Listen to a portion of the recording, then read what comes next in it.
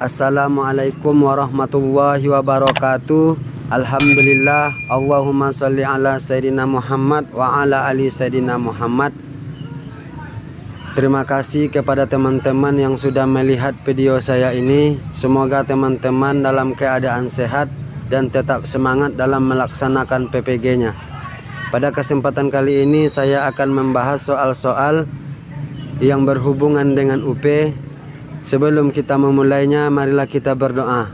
Bismillahirrahmanirrahim. Rabbishrahli sadri wa yassirli amri wahlul 'uqdatam min lisani yafqahu qauli.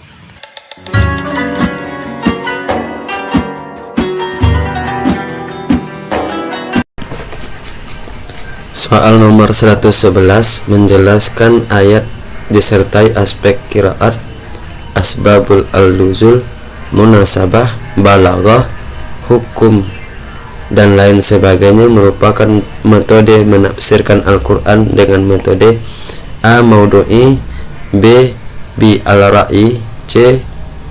Tafsili, D. Tahlili, E. Ijmali. Jawabannya adalah D, yaitu tahlili. Soal nomor 112, suatu metode yang memiliki kelemahan yaitu seringkali melakukan pemanggalan ayat dikarenakan memiliki permasalahan yang berbeda sehingga menyebabkan pemahaman ayat berkurang. Kelemahan ini dimiliki oleh A. Ijmali, B. Tahlili, C. Bi al-ra'i, D. Maudu'i, E. Tafsili. Jawabannya adalah D, yaitu maudu'i. Soal nomor 113.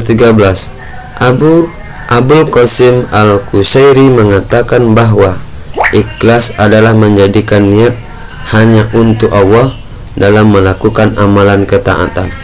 Tujuan dari amalan ketaatan ialah A. Mendekatkan diri pada Allah, B. Melaksanakan kewajiban, C. Mendapatkan perlakuan baik, D. Menjalankan ibadah, E. Mendapatkan pujian dari makhluk. Jawabannya adalah A. Mendekatkan diri pada Allah. Soal nomor 114. Perhatikan pernyataan berikut ini. 1. Tolong menolong, B. Menjalin hubungan, 2. Menjalin hubungan, 3. Memberi hadiah, 4. Beribadah bersama, 5. Menjauhi keluarganya.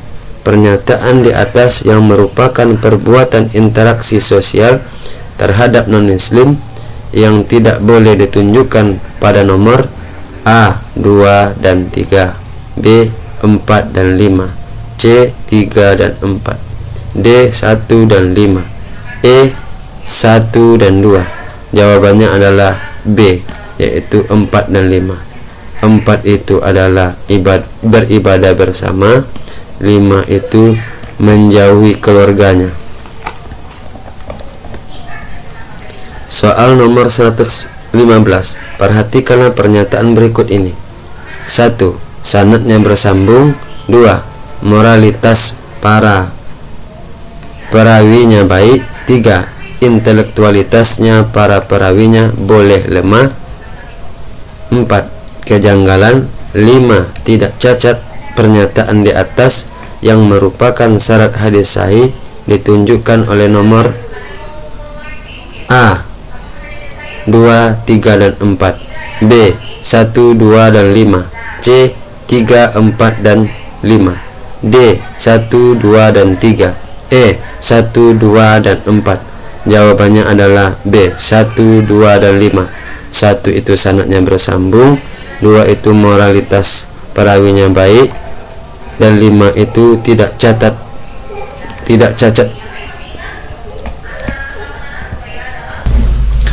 Soal nomor 116. Sebuah hadis dapat dikatakan hadis sahih apabila memenuhi 5 syarat. Ketika ada salah satu syarat yang 5 tidak terpenuhi, maka hadis tersebut jatuh kepada hadis dhaif atau lemah.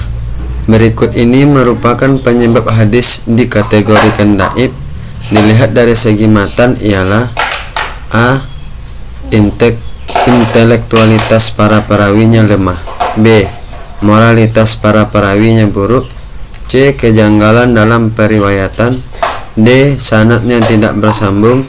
E. Cacat dalam periwayatan. Jawabannya adalah A, yaitu intelektualitas para perawinya lemah. Soal nomor 117, perhatikanlah arti dari hadis riwayat Ibnu Majah berikut ini. Dari Abu Ad-Darda, ia berkata, aku mendengar Rasulullah Shallallahu Alaihi Wasallam bersabda, sesungguhnya akan memintakan ampun untuk seorang alim makhluk yang di langit dan di bumi hingga ikan hiu di dasar laut. Hadis riwayat Ibnu Majah. Hadis di atas tetap dijadikan sebagai dasar hukum dengan alasan berikut kecuali A. Didoakan oleh makhluk yang ada di darat, di udara, serta yang ada di dalam air. B. Diridhoi oleh para malaikat. C. Agar mendorong umat untuk melakukan kebaikan dan menakut-nakuti mereka agar tidak melakukan kejelekan. D. Memberikan manfaat yang positif dalam kehidupan manusia. E. Dinilai lebih utama ahli ibadah dibanding ahli ilmu. Jawabannya adalah E. Dinilai lebih utama ahli ibadah dibanding ahli ilmu.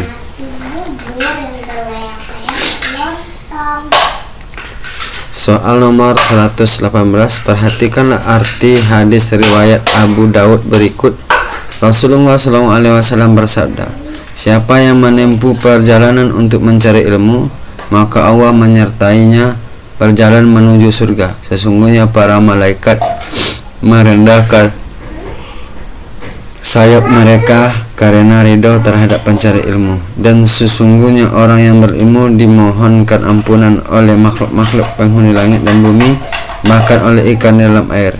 Sesungguhnya keutamaan seorang alim ahli ilmu dibanding dengan seorang abid ahli ibadah adalah seperti cahaya bulan purnama dibanding cahaya bintang-bintang. Sesungguhnya para ulama adalah pewaris para nabi, dan sesungguhnya para nabi tidak mewariskan dinar ataupun dirham, akan tetapi mereka mewariskan ilmu. Siapa yang mendapatkannya akan memperoleh keberuntungan yang benar, akan memperoleh keberuntungan yang besar. Hadis riwayat Abu Daud nomor 3157. Keutamaan ulama pencari ilmu dalam hadis di atas berikut ini kecuali A. Memberikan manfaat positif dalam kehidupan manusia. B. Diiringi perjalanannya oleh Allah menuju surga. C. Dinyatakan sebagai pewaris Nabi. D. Dibolehkan oleh makhluk-makhluk yang ada di darat, di udara, serta yang ada di air. E. Diridhoi oleh para malaikat. Jawabannya adalah A. Memberikan manfaat positif dalam kehidupan manusia. Soal nomor 119, perhatikan arti hadis berikut ini. Rasulullah SAW bersabda, aku dan orang yang menanggung anak yatim kedudukannya di surga seperti ini. Kemudian beliau Shallallahu Alaihi Wasallam mengisyaratkan jari telunjuk dan jari tengah beliau Shallallahu Alaihi Wasallam serta agak merenggangkan keduanya. Hadis riwayat Bukhari, Sahih Bukhari. Sahal bin Sa'ad Asy-Syaidi nomor 5304 berdasarkan hadis di atas bahwa kedudukan pemberi santunan kepada anak yatim sama kedudukannya dengan A. anak yatim, B. nabi, C. orang tua, D. guru, E. pemberi biaya hidup. Jawabannya adalah B, yaitu nabi. Soal nomor 120, menghasilkan atau menciptakan hukum syariat yang belum dijelaskan oleh Al-Quran atau dalam Al-Quran hanya terdapat pokok-pokoknya saja. Hal ini merupakan salah satu fungsi hadis terhadap Al-Quran. Fungsi hadis ini disebut dengan A. Bayan nahsya, B. Bayan nusuhi, B. Bayan hukmi, C. Bayan tafsir, D. Bayan takrir, E. Bayan tasyri'. Jawabannya adalah E.